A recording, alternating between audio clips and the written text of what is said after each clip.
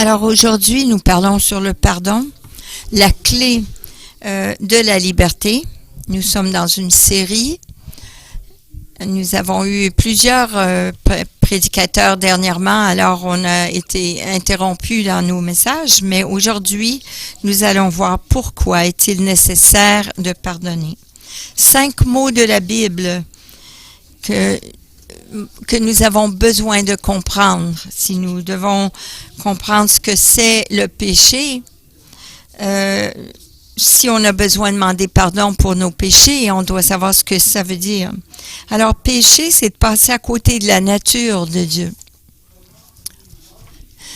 Lorsqu'on n'est pas aimant, lorsqu'on devrait être aimant, ou patient, lorsqu'on devrait être patient, on n'a pas la nature, on ne démontre pas la nature de Dieu.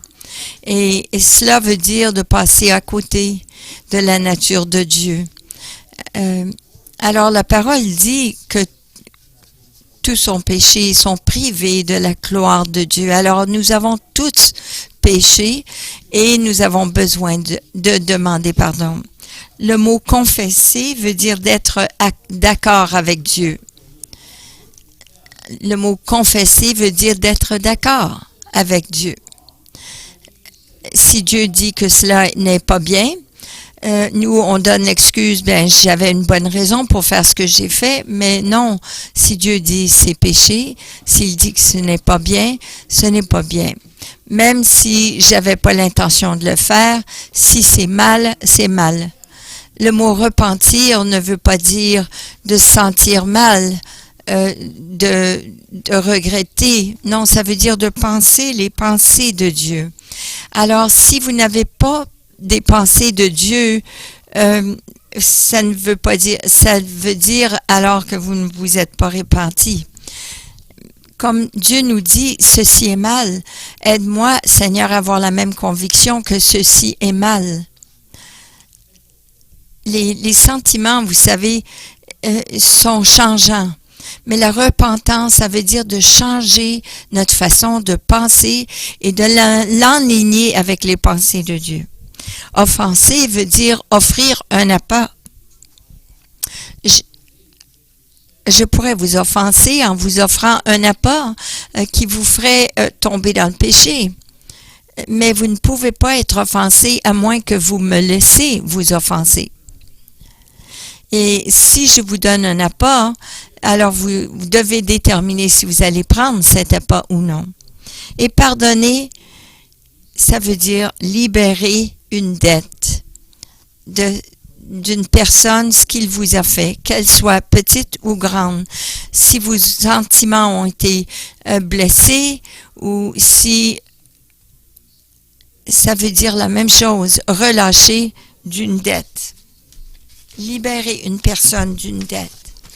Alors aussi, nous avons regardé les 6 raisons pourquoi c'est si difficile de pardonner. Les émotions sont douloureuses. Alors, lorsqu'on prend cet appât, nos émotions sont blessées. Alors, on a besoin, lorsqu'on a les émotions blessées, de recevoir la guérison de Dieu. Lorsque vous demandez pardon, Dieu est fidèle et juste pour pardonner toutes vos fautes. Et jusqu'à ce que vous recevez la guérison de Dieu, le pardon n'est pas complet. Numéro 2, c'est perte personnelle. Parce que lorsque les gens nous font du mal, on a perdu quelque chose. Il se peut qu'on ait perdu du temps, de l'argent, mais peut-être quelque chose de majeur, une vie. Peut-être que quelqu'un a menti à notre sujet et on a été emprisonné et il y a une perte personnelle. C'est de laisser aller de ce qui a été perdu. C'est ça le pardon. C'est pourquoi c'est difficile. Et on doit laisser aller ce qui a été perdu. 3e chose, c'est ce sentiment d'injustice. Parce que ces gens, ce qu'ils nous ont fait, c'est mal. Comment ça se fait? C'est mal. Comment ça se fait que ces gens-là ne voient pas l'injustice de cela? lorsqu'ils nous ont blessés. Mais souvent, cette personne qui vous a blessé ne saura jamais qu'ils vous ont fait de la peine ou qu'ils vous ont blessé. Ils pensent même qu'ils vous ont aidé en vous trahissant, en commérant des choses. Mais encore une fois, on a besoin de laisser tomber notre besoin de faire justice et de laisser Dieu faire justice en son temps. Quatrième, c'est un manque d'empathie. Parce que la personne qui nous a blessés, comment ça se fait que cette personne ne regrette pas, n'a pas d'empathie envers celle qu'elle a offensée? Et cela arrive souvent. La solution, par contre, c'est demander au Seigneur, Seigneur, comment ça se fait qu'il n'a pas d'empathie? Comment ça se fait qu'il réalise pas qu'il a besoin de demander pardon? Aide-moi à aimer cette personne. Parce que, vous savez, les personnes blessées blessent les autres, mais ils savent pas la raison pourquoi ils blessent les autres. Alors, la seule façon de les pardonner, c'est de montrer l'empathie envers celui qui nous a offensés. Cinquièmement, c'est le changement forcé. Et ce qui arrive lorsque on est blessé, ça nous force à changer notre cédule, nos plans, notre façon de voir les gens. Il y a toujours une force. Là, quelqu'un qui vient accidenter votre voiture, vous ne pouvez pas la conduire demain parce que on l'a endommagée. Et parfois, vous devez changer d'emploi. Alors, vous êtes forcé. Mais à ce moment-là, c'est quoi la solution? C'est de laisser la place à Dieu de faire quelque chose. Lorsque Joseph a été jeté en prison, est-ce qu'il y avait une raison pourquoi il était en prison? Pourquoi? Parce qu'il devait devenir deuxième commandant de l'armée de l'Égypte. Est-ce qu'il y a une raison pourquoi Moïse est arrivé dans un désert et qu'il s'est enfui, s'est caché pendant 40 ans? Oui, parce que Dieu devait le former pour diriger un peuple d'1 million ou de plusieurs millions de personnes pour entrer dans le pays promis. Mais lorsque ces choses nous arrivent, on doit demander à Dieu, Seigneur, qu'est-ce que tu es en train de faire dans cette situation? Et on doit laisser la main de Dieu agir. Et sixièmement, la honte. Prendre la responsabilité à notre part. On doit admettre que nos réactions parfois sont aussi pires que ce qu'ils nous ont fait. Et cela devient difficile, mais on doit prendre responsabilité. On doit prendre pour notre part notre responsabilité de cet événement. Parce que si on ne fait pas cela, on ne peut pas pardonner. Alors voilà, c'était un résumé de ce qu'on a eu dans les derniers messages. Mais aujourd'hui, j'aimerais regarder pourquoi est-il si difficile de pardonner. Pour nous, de pardonner. Pas les autres, mais nous-mêmes. Matthieu 18, 21, 22. Seigneur, combien de fois pardonnerai-je à mon frère lorsqu'il péchera contre moi? Sera-je jusqu'à 7 fois? Jésus lui dit, je ne te dis pas jusqu'à 7 fois, mais jusqu'à 70 fois 7 fois. Ça n'a rien à faire avec ce qui est juste. Je me rappelle de deux hommes qui étaient en colère et en chicane l'un avec l'autre. Ils m'ont demandé d'être médiateur. Et il y a un des hommes qui a dit, je te demande pardon, je vois pourquoi tu as été blessé, qu'est-ce que j'ai dit à ton sujet. Et l'autre homme a dit, si j'ai fait quelque chose qui t'a blessé, qui t'a fait sentir blessé, je te demande pardon, si j'ai fait quelque chose. Alors, je suis rentrée chez moi, je reçois un appel après cette rencontre. Et cet homme me dit, j'aurais bien aimé pas le pardonner, cet homme-là. C'est pas juste comment moi, je lui ai demandé pardon, puis lui, il m'a même pas, c'était pas correct ce qu'il a fait ou ce qu'il a dit. Mais le pardon, ça n'a rien à faire avec ce qui est juste. Mais c'est de se libérer soi-même et de libérer l'offenseur. Est-ce que vous avez fait cela? Oui, je l'ai fait. Alors maintenant, vie libre. Et si cet homme veut vivre sous l'esclavage, eh bien qu'il reste là. Mais le pardon n'a rien à faire avec ce qui est juste. Et ce n'est pas un acte d'équilibre où vous donnez 5 unités de pardon et l'autre donne 5 unités. Non, c'est de libérer les gens et encore plus pour nous-mêmes. Alors pourquoi est-ce qu'on a besoin d'être pardonné? Pourquoi est-ce que nous avons besoin de pardonner? Numéro 1, c'est parce qu'on devient plus comme Christ.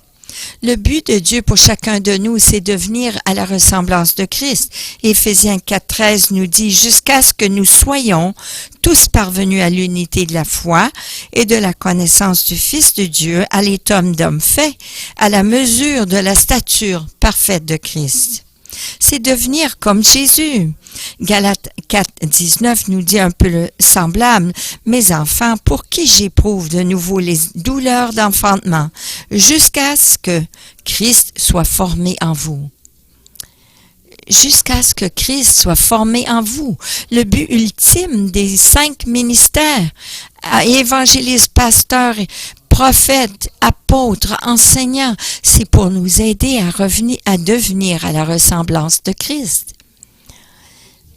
C'est d'arriver à la plénitude, la pleine mesure de Christ et de laisser Christ devenir formé en nous.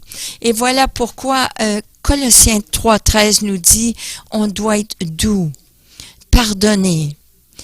Ne tenez pas de rancœur. Supportez-vous les uns les autres. Si l'un a sujet de se plaindre de l'autre, pardonnez-vous réciproquement. De même que Christ vous a pardonné, pardonnez-vous aussi. Rappelez-vous que ça veut dire de manquer la marque.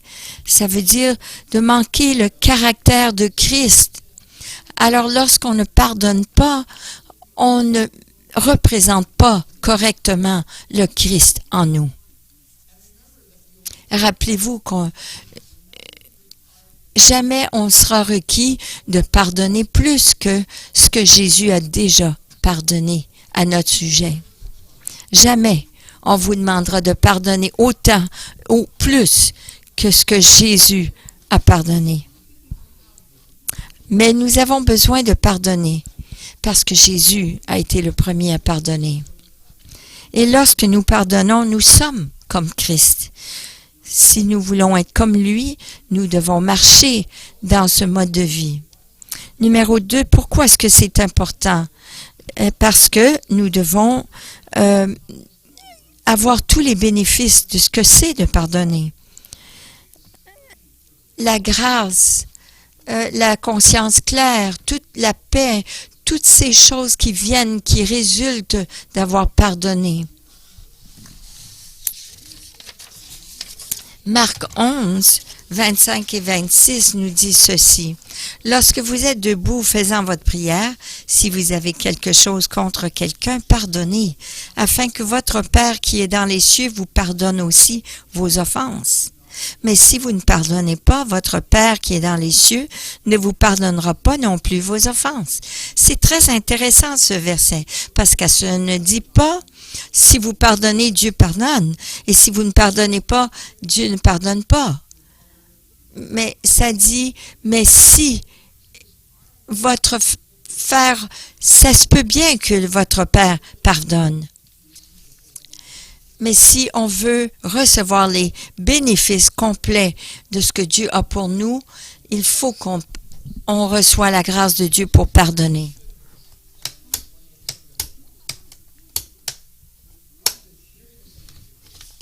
C'est un verset, vous savez, qui n'est pas compris. C'est une vérité de l'Ancien Testament, mais ça a été mis dans le passage du Nouveau Testament. Ça a été enseigné pendant que les gens vivaient sous l'Ancien Testament. Quand est-ce que le Nouveau Testament a commencé? Ça a été dans le livre des Actes. À partir du moment où Jésus est mort sur la croix. Et dans cela, Marc 11, 25 et 26, ça nous dit, pas à ce moment-là, Jésus n'était pas mort sur la croix. Et les gens vivaient sous l'ancienne alliance. Et l'ancienne alliance, c'était une dent pour une dent et un œil pour un œil. C'était la façon de l'ancienne alliance de pardonner. Si vous voulez être pardonné, vous devez pardonner. C'est ça la justice. Si vous voulez recevoir une bénédiction, vous devez donner une bénédiction, mais sous la nouvelle alliance. Lorsque Jésus est mort sur la croix, nous avons tous déjà été pardonnés. 1 Jean 2,12 nous dit « Je vous écris, petits enfants, parce que vos péchés vous sont pardonnés à cause de son nom. Tous vos péchés, passés, présents et futurs, ils ont été péchés à cause de Jésus. » Colossiens 3,13 nous dit « De même que Christ vous a pardonné, pardonnez-vous aussi. » Vous ne trouverez pas un verset dans la Bible, après que Jésus est ressuscité des morts, qui nous dit qu'on doit pardonner afin d'être pardonné. Parce que nous avons été pardonnés pleinement sur la croix. Ce verset que je vous ai montré tout à l'heure était ce qui a été dit avant que Jésus est mort sur la croix pour nos péchés. Mais le principe existe toujours, qu'afin de recevoir les bénéfices du pardon, afin que Dieu pardonne, afin qu'on reçoive le plein bénéfice du pardon, on doit pardonner. Maintenant que nous sommes sous la nouvelle alliance, nous pardonnons parce que nous avons reçu le pardon. Voici l'implication de cela. Si nous ne pardonnons pas, ce n'est pas que nous n'allons pas être pardonnés de Dieu, parce que nous avons déjà été pardonnés de Dieu. Mais si on ne pardonne pas, on s'établit comme étant plus grand que Dieu. Si Dieu peut pardonner et nous, non, lui peut pardonner, mais qui est lui?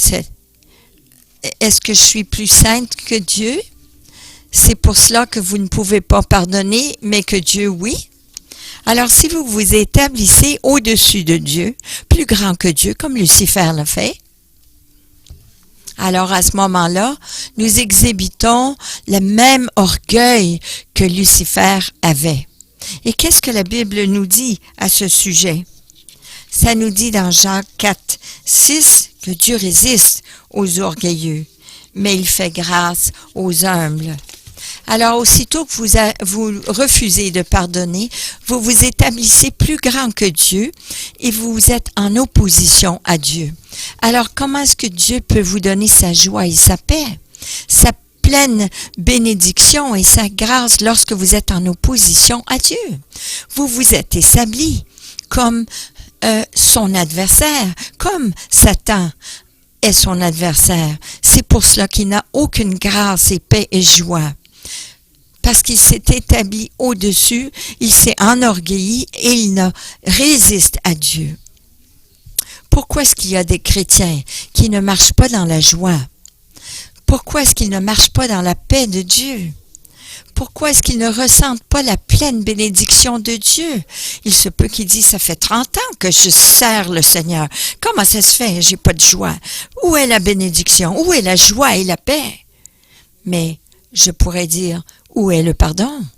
Parce que lorsqu'on ne pardonne pas, on s'établit en opposition à Dieu.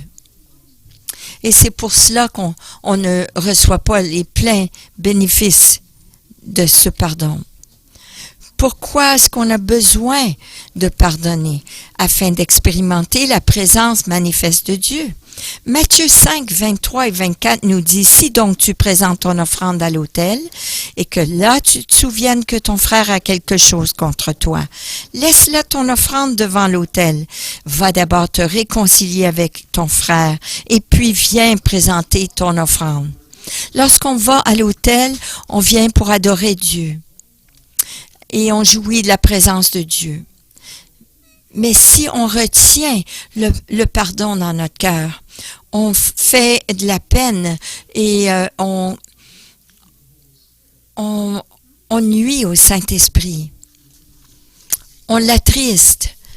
Et Éphésiens nous dit, n'attristez pas le Saint-Esprit de Dieu par lequel vous avez été scellés pour le jour de la rédemption. Comment est-ce qu'on s'empêche d'attrister le Saint-Esprit? Éphésiens 4, 31 nous dit que toute amertume, toute animosité, toute colère, toute clameur, toute calomnie. Lorsque vous allez à l'autel, c'est ça que vous devez faire. Toute cette espèce de méchanceté disparaisse du milieu de vous. Soyez bons les uns envers les autres, compatissants, vous pardonnant réciproquement comme Dieu vous a pardonné en Christ. Alors on vient à l'autel pour rechercher la manifeste présence de Dieu et l'autre à côté de nous reçoit le Saint-Esprit et moi à côté, je ressens rien. Comment ça se fait? Ça vaut la peine de se poser la question, est-ce que j'ai de l'amertume dans mon cœur? Est-ce que je suis en colère contre mon frère et ma sœur? Est-ce que j'ai pardonné à tout le monde?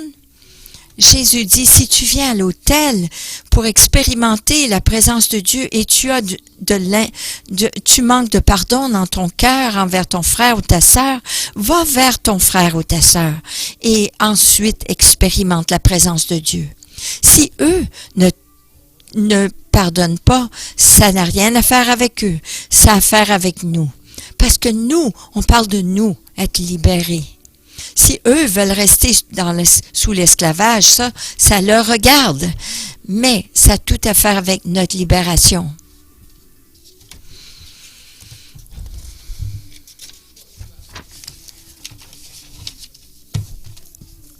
Si vous avez quelque chose contre votre frère, vous présentez. Prenez votre responsabilité.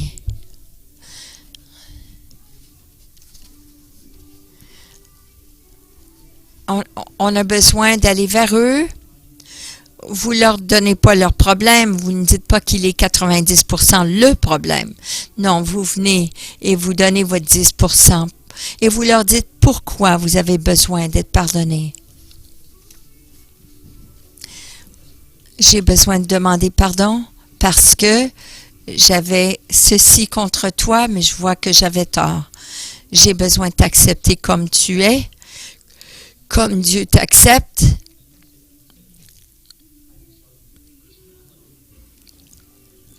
J'ai besoin de demander pardon.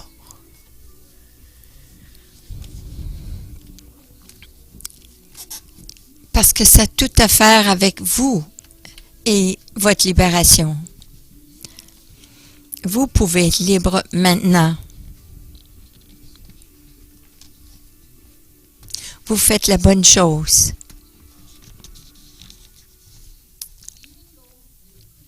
Même si nous sommes des chrétiens, nous avons la plénitude de Dieu en nous. Si nous retenons ces choses dans notre cœur, nous ne pourrons jamais expérimenter la plénitude de Dieu et les bénéfices qui viennent avec le pardon. Et il y a tant de gens qui sont pas capables de ressentir la présence de Dieu. Et c'est valide, mais demandez-vous pourquoi. Et vérifiez si vous n'avez pas de non-pardon dans votre cœur. Est-ce possible que vous êtes désensibilisé à la présence de Dieu, au Saint-Esprit? Parce que si vous avez ces choses en vous, vous n'expérimenterez pas cette présence et cette plénitude. Numéro 4, une autre façon pourquoi on a besoin de pardonner, c'est de faire face à notre rébellion contre Dieu. Romains 12, 19 à 21 nous dit, « Ne vengez-vous pas vous-même, bien-aimés, mais laissez agir la colère, car il est écrit, « À moi la vengeance, à moi la rétribution, dit le Seigneur. Mais si ton ennemi a faim, donne-lui à manger. S'il a soif, donne-lui à boire. Ne te laisse pas vaincre par le mal, mais surmonte le mal par le bien. Même s'il est votre ennemi et qu'il a un besoin, c'est l'occasion pour vous de les bénir. » Ne vous laissez pas vaincre par le mal, mais surmontez le mal par le bien. Si vous avez ces pensées de vengeance dans votre cœur, vous permettez la rébellion de se remuer dans votre cœur.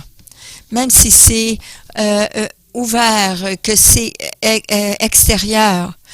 C'est une rébellion que seulement Dieu, parce que c'est une rébellion que vous avez. Et c'est seulement Dieu qui peut se venger. Si vous essayez vous-même, vous n'êtes pas Dieu. Vous allez le faire trop ou pas assez. Et seulement Dieu est assez sage ou juste pour donner la bonne vengeance. Ce n'est pas à nous de faire cela. C'est seulement Dieu il est juste et il est aussi sage. Dieu seul peut avoir la vengeance. C'est pour cela qu'il y a tant de personnes qui n'ont pas pardonné de personne. C'est pour ça qu'ils ont tellement de maladies dans leur corps ou de blessures ou ils sont handicapés. Parce qu'ils essayent d'être comme Dieu, s'établir comme Dieu et faire justice aux autres. Numéro 5, pourquoi nous avons besoin de pardonner? Pour collaborer avec le grand plan de Dieu pour nos vies. Nous avons parlé déjà de ce verset, nous avons discuté de cela, Genèse 50-20, où ça nous dit, Joseph finalement s'est révélé à ses frères. Vous vous rappelez? Ils ont essayé de le tuer, le mettre dans le puits. Et puis là, ils viennent en Égypte. Et il dit, vous aviez médité de me faire du mal. Il n'a pas dit, vous avez fait une erreur. Non, il savait, vous aviez médité de me faire du mal. Je sais ce que vous alliez faire, mais Dieu l'a changé en bien. Pour accomplir ce qui arrive aujourd'hui, pour sauver la vie à un peuple nombreux. Les frères de Joseph étaient jaloux. Ils enviaient leur frère. Ils voulaient lui faire du mal, mais dans le milieu de tout cela, au milieu de tout cela, Dieu avait un plan beaucoup plus grand. Dieu voulait utiliser leur envie, leur jalousie pour sortir Joseph de chez lui et l'amener en Égypte, afin que Dieu mette Joseph dans une place prééminente pour devenir deuxième au commandement derrière Pharaon. Pourquoi? Pour sauver un peuple nombreux et pour sauver les Égyptiens et pour sauver aussi toutes les nations autour, parce que ça dit clairement dans la Bible que plusieurs de ces nations sont venues chercher de la nourriture. Donc, Joseph a sauvé plusieurs cultures, plusieurs nations. Si Joseph avait été amer, il avait le droit d'être amer, mais s'il aurait endurci son cœur, s'il avait endurci son cœur, il n'aurait pas pu être utilisé de Dieu. Il serait possiblement mort en prison. Et Israël n'existerait pas aujourd'hui. Et il y a une bonne chance aussi que l'Égypte n'existe pas aujourd'hui. Il y a tant de personnes qui restent là, pris dans leur offense, dans cet endroit qui se rappelle du jour où I remember. Je me rappelle. Je me souviens. Je me souviens le jour que cette personne m'a offensé. Je me rappelle.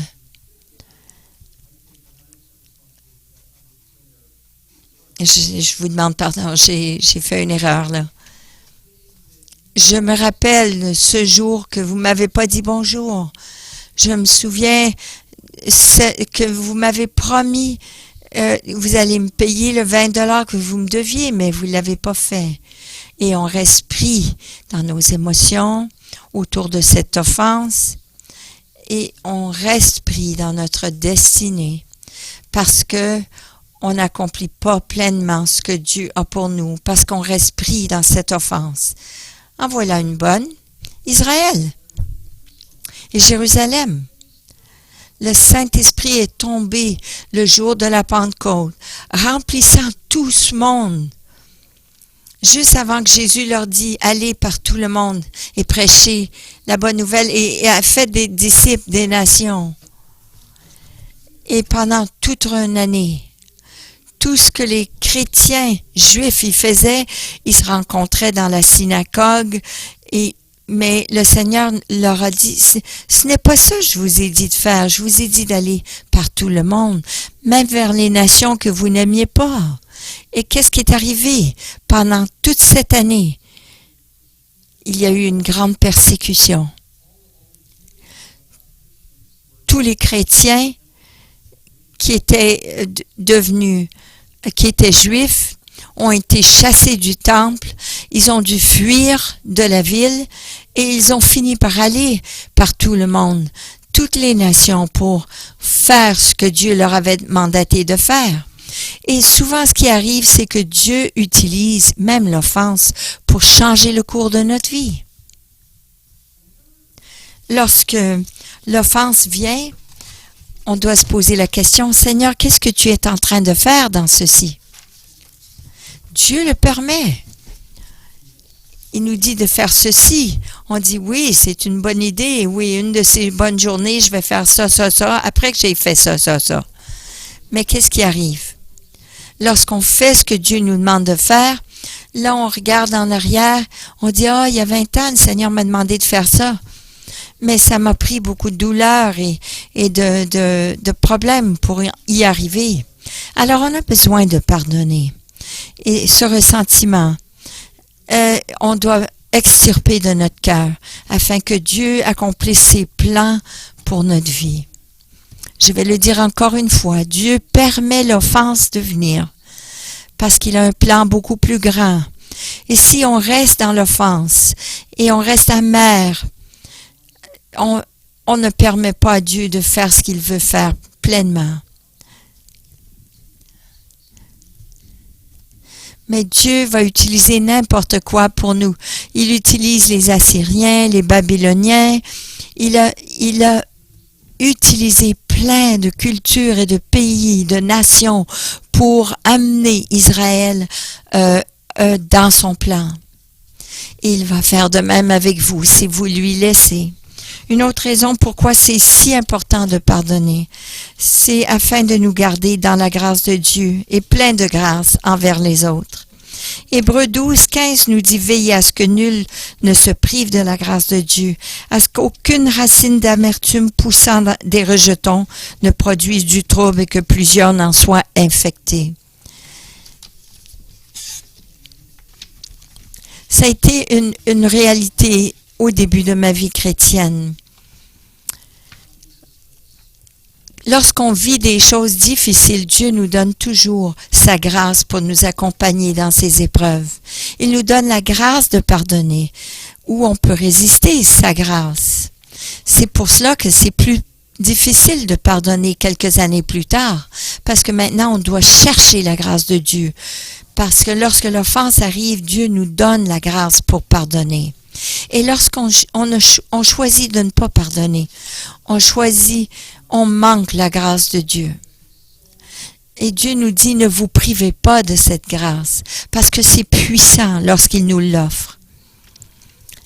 Et lorsque nous manquons la grâce de Dieu, cette amertume, ces racines, ces rejetons, cette racine d'amertume se met à se produire dans notre vie. Et la racine d'amertume, ça devient un buisson d'amertume ou même un arbre d'amertume. Et un arbre d'amertume produit un fruit d'amertume. Et dans nos vies, et au lieu que nos vies deviennent des vies qui produisent la vie et qui donnent de la vie à d'autres, notre vie devient troublée et infectée et ne peut produire un fruit de vie envers les autres. Toutes ces pensées d'amertume, ces agissements amers ont commencé par un moment d'offense où on a manqué la grâce de Dieu pour pardonner notre prochain. Alors on a besoin désespérément de marcher dans la grâce de Dieu, constamment recevant la grâce de Dieu.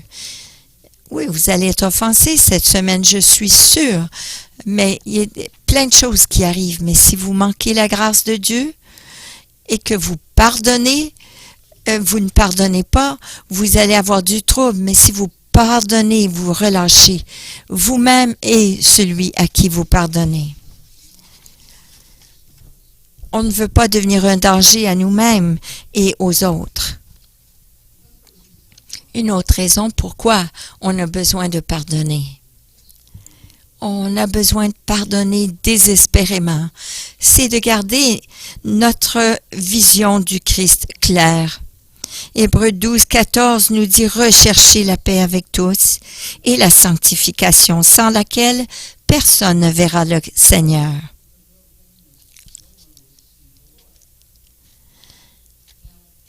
Alors, nous pardonnons afin de vivre en paix avec les autres. Et nous vivons en paix avec les autres afin qu'on puisse vivre la vraie sanctification. Lorsqu'on expérimente la sanctification, on voit le Seigneur. On pardonne pour avoir la paix. Si on a la paix, on a la sanctification. Et sans la sanctification, on ne peut voir le Seigneur. Ce verset n'a rien à faire avec les temps, les derniers temps. Ça a à faire avec notre perception d'aujourd'hui. Ce verset ne parle pas de voir le Seigneur lorsqu'on va le voir dans le ciel, mais ça nous parle de voir le Seigneur sur la terre maintenant, dans notre quotidien. Si on ne marche pas dans la paix avec les autres, on ne discernera pas la façon que Dieu agit dans la vie des autres. On ne verra pas ce que Dieu fait et on ne verra pas ce que Dieu fait dans les autres. Je peux vous promettre que lorsque vous priez pour quelqu'un, il y a une bonne... ces gens vont devenir en colère, offensés, et vous allez penser, oh, mes prières ne fonctionnent pas, Dieu répond pas. Non, c'est pour ça. Dieu agit. Et c'est pour ça que Dieu agit, parce que ces gens-là, ils n'aiment pas être touchés par le Saint-Esprit, ils veulent pas être sous conviction, alors ils vont s'en prendre à vous, vous comprenez? Parce que vous marchez dans le Saint-Esprit. Mais si vous ne marchez pas dans le Saint-Esprit, vous n'allez pas faire ce que Dieu vous demande, vous allez mal interpréter les agissements des autres, vous allez manquer de sagesse et de discernement, et vous manquerez ce que Dieu veut faire dans la vie des autres et dans le vôtre. Vous allez passer outre ce que Dieu veut faire, de la façon que Dieu veut agir. Parce que lorsqu'on ne marche pas dans la paix avec les autres, notre perspective devient embrumée et on ne peut pas percevoir ce que Dieu fait dans les circonstances des autres. Pourquoi est-ce que c'est qu'il y a du changement? Lorsqu'il y a du changement, que les gens voient les possibilités et les autres, ils voient tous les problèmes. Parce que les gens qui voient dans la paix, qui marchent dans la paix, ont une meilleure habilité de voir les possibilités, les occasions de voir Dieu agir. Mais les gens qui voient les problèmes, c'est eux qui ne savent pas discerner. C'est la même situation, mais ils ont une perception différente parce qu'ils sont en train de se battre avec l'amertume et la colère et l'offense. Alors, si on permet que le non-pardon et le manque de pardon soit dans notre cœur, nous allons pas voir les desseins de Dieu les agissements de Dieu dans la vie des autres et nous allons juger les autres charnellement, par notre perception. Vous comprenez? Et on ne verra pas l'agissement de Dieu. Le manque de pardon et l'amertume peut distorsionner notre perception des autres. Mais le pardon nous garde notre cœur, garde nos pensées claires, afin qu'on discerne correctement ce que Dieu est en train de faire dans la vie des autres. Je peux vous promettre que vous pouvez mal juger ce que Dieu fait dans les gens parce que vous avez le non-pardon. Alors, numéro 8, pourquoi est-ce que c'est si important de pardonner? Évidemment, c'est les relations, pour restaurer une relation. Romains 14, 19 nous dit « Ainsi donc, recherchons ce qui contribue à la paix et l'édification mutuelle. » Aucune relation qui est brisée, aucune relation brisée peut être restaurée, en réalité, peut être vraiment restaurée sans le pardon.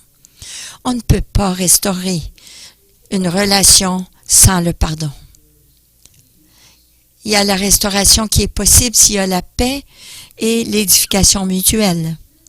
C'est facile d'agir gentiment avec les gens, même avec une personne envers qui vous êtes amer. Bonjour, sois béni.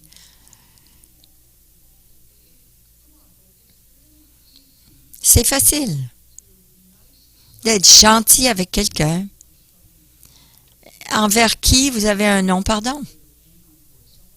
Vous êtes possiblement en colère ou que vous avez pris offense.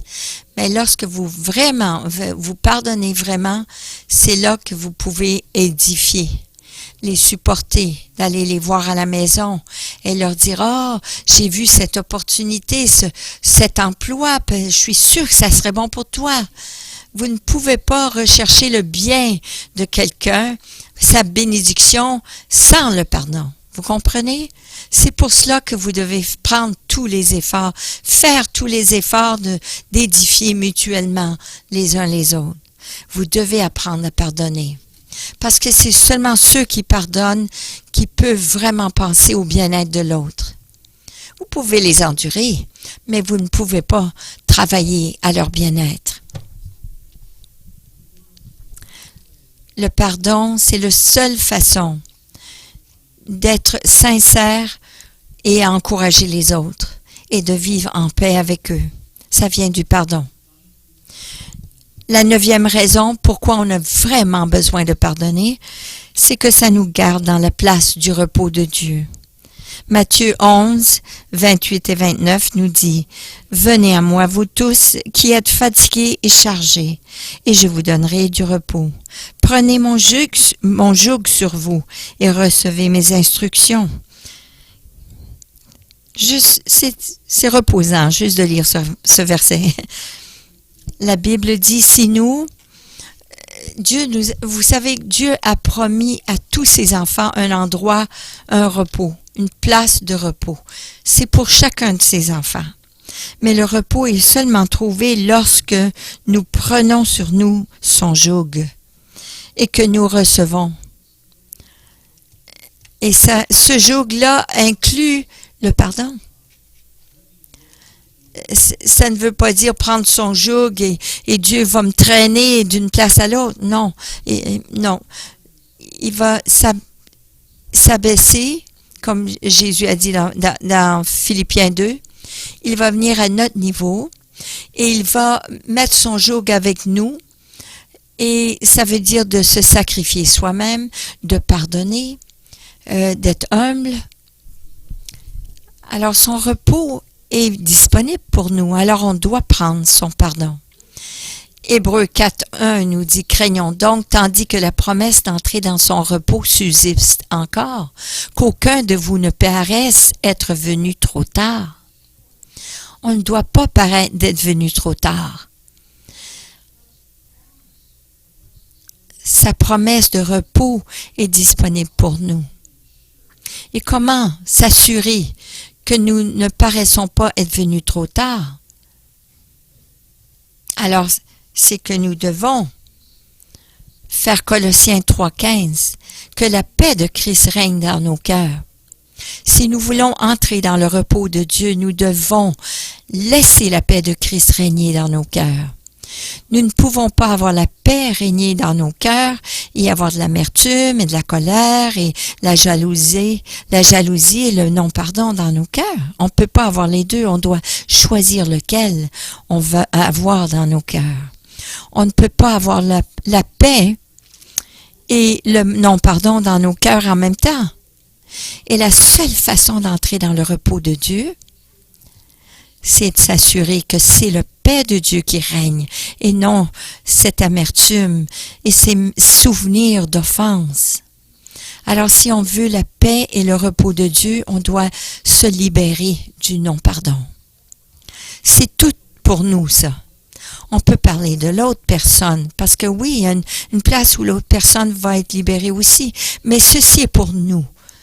Même si eux ne deviennent pas libérés, est-ce que vous voulez rester attachés et sous le joug avec ces gens? Non. Pourquoi? Numéro 10, pourquoi est-ce qu'on a vraiment besoin de pardonner? c'est que nous devons se protéger des émotions nuisibles. Job 5.2 nous dit, l'insensé petit dans sa colère, le fou meurt dans ses emportements. La colère et le ressentiment amènent, vous pouvez même, vous savez, même à l'inquiétude, ça nous amène à la mort. À toi qui te déchires dans ta fureur, ta colère peut détruire ton corps. Job 18.4. Un autre. Job 21, 23, 25. L'un meurt au sein du bien-être, de la paix et du bonheur. L'autre meurt l'amertume dans l'âme, sans avoir joui d'aucun bien. Vous voulez rester déprimé? Vous voulez rester faible? Vous voulez rester affligé? Gardez l'amertume dans votre âme. Vous vous accrochez à la colère, le ressentiment, le non-pardon. Tout ce que ça vous fait du mal à l'âme. Ça nous fait du mal, vous comprenez? L'amertume, le ressentiment ne peut pas changer le passé ni le présent. Ça peut seulement nous empêcher de l'avenir. Le bonheur de l'avenir. C'est comme ça vous restez pris. Proverbe 14.30 nous dit « Un cœur calme est la vie du corps, mais l'envie est la carie des os. » C'est la carie des os. Selon la Bible et même la science médicale qui est en accord avec la Bible. Ça dit « Ce n'est pas bon pour le corps et la santé. » D'essayer de mettre le blâme ou prendre la culpabilité. Si je peux blâmer quelqu'un, si je peux blâmer quelqu'un, je ne me sentirai pas coupable. Mais lorsque vous jouez ce petit jeu d'équilibre envers les autres, ça peut chavirer les choses émotionnellement ou même mentalement. Et si on ne gère pas notre colère, si on ne gère pas la colère, nos mâchoires deviennent serrées. Pourquoi est-ce que nos mâchoires font mal et nos dents font mal? C'est parce qu'on est en colère et ça cause que vos mâchoires vous font mal et vos dents ont des problèmes. Si vous avez de l'amertume, vos muscles faciaux vont avoir un effet. Vous pouvez détruire votre beauté faciale en permettant la colère de rester dans votre cœur et se manifester sur votre figure. Le manque de pardon, l'amertume amène à la dépression.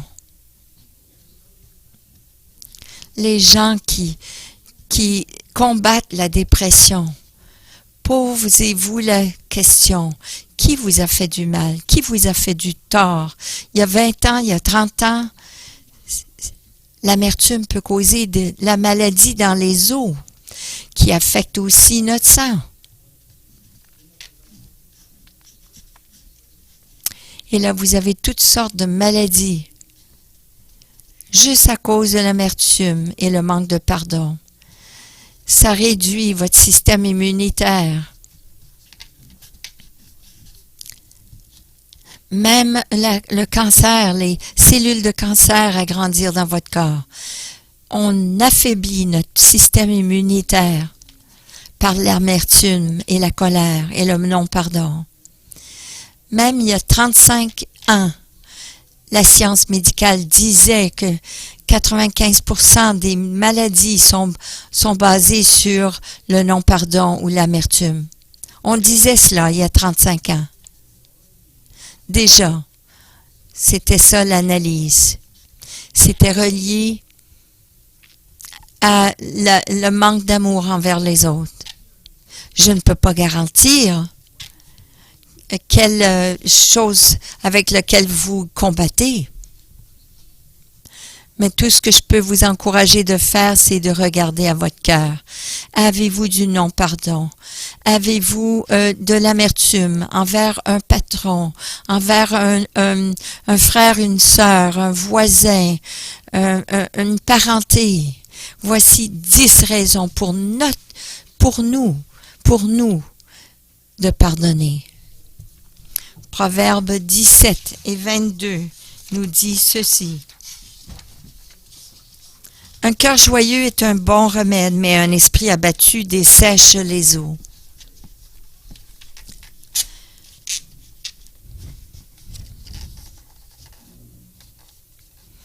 Ça carie les eaux. Mais un cœur joyeux, c'est plein de vie. Ça, c'est un bon médicament. D'avoir un cœur joyeux, c'est un bon remède de pardonner les autres. Alors, que devons-nous faire? Nous devons choisir de pardonner avant qu'il ne soit trop tard. Choisissez de pardonner avant qu'il soit trop tard. Jean 10:10 nous dit, le voleur ne vient que pour dérober, égorger et détruire. Moi, je suis venu afin que les brebis aient la vie et qu'elles soient dans l'abondance. Le non-pardon, c'est un voleur. Satan est un voleur. Et comme un voleur, le manque de pardon, l'amertume, ça détruit et ça égorge et ça dérobe. Mais les paroles de Jésus, les paroles de pardon nous donnent la vie en abondance. Dieu a un esprit de vie. Nous sommes appelés des enfants de Dieu. Et pour donner la vie en abondance à d'autres, nous devons avoir cette vie en nous. Levons-nous ensemble.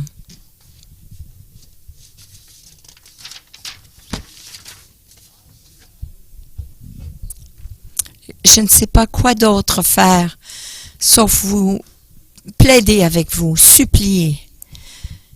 Je supplie avec vous, à cause de vous, pour votre vie.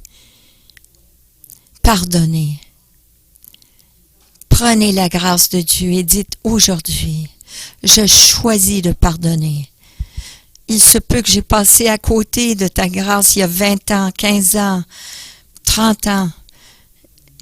Mais aujourd'hui, j'ai besoin de ta grâce. Viens aujourd'hui par ton Saint-Esprit et déverse ta grâce à nouveau et donne-nous la grâce de pardonner.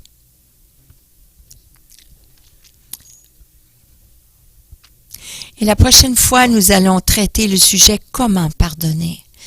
Mais cette fois-ci, 10 raisons à cause de nous, pour lesquelles nous avons besoin de pardonner.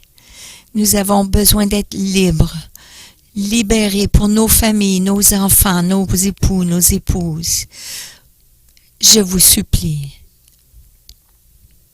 Je vous en supplie, je sais que c'est difficile, mais de vivre avec les conséquences des actions des autres. Ça demande de chercher Dieu pour la guérison. Ça demande de libérer les choses pour la justice. Ça nous demande de libérer les choses, de laisser aller. Ça veut dire, pour nous, on a besoin de pardonner.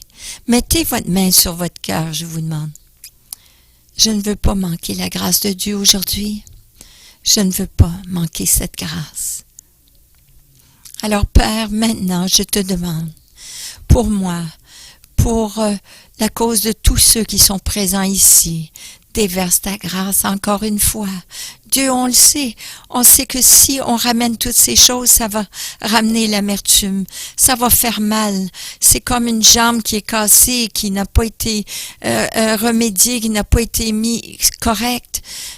Mais Seigneur, corrige la chose maintenant. Je te donne permission de ramener ces choses-là à la surface. Et comme ça vient à la surface, déverse ta grâce dessus. Sur nos vies, sur nos cœurs, donne-nous cette grâce, cette fois-ci, pour pardonner. Oui, pour l'autre personne, mais surtout pour nous-mêmes, afin qu'on soit libres. Qu'on soit libres d'être les enfants que Dieu appelle à être les siens. Viens, Saint-Esprit de Dieu. Viens, Saint-Esprit de Dieu.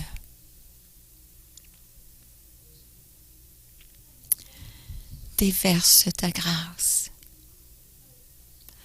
Déverse ta grâce.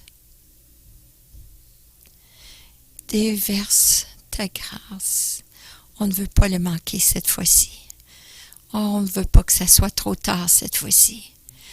Mais cette fois-ci, on va utiliser ta grâce pour libérer les autres et même nous-mêmes.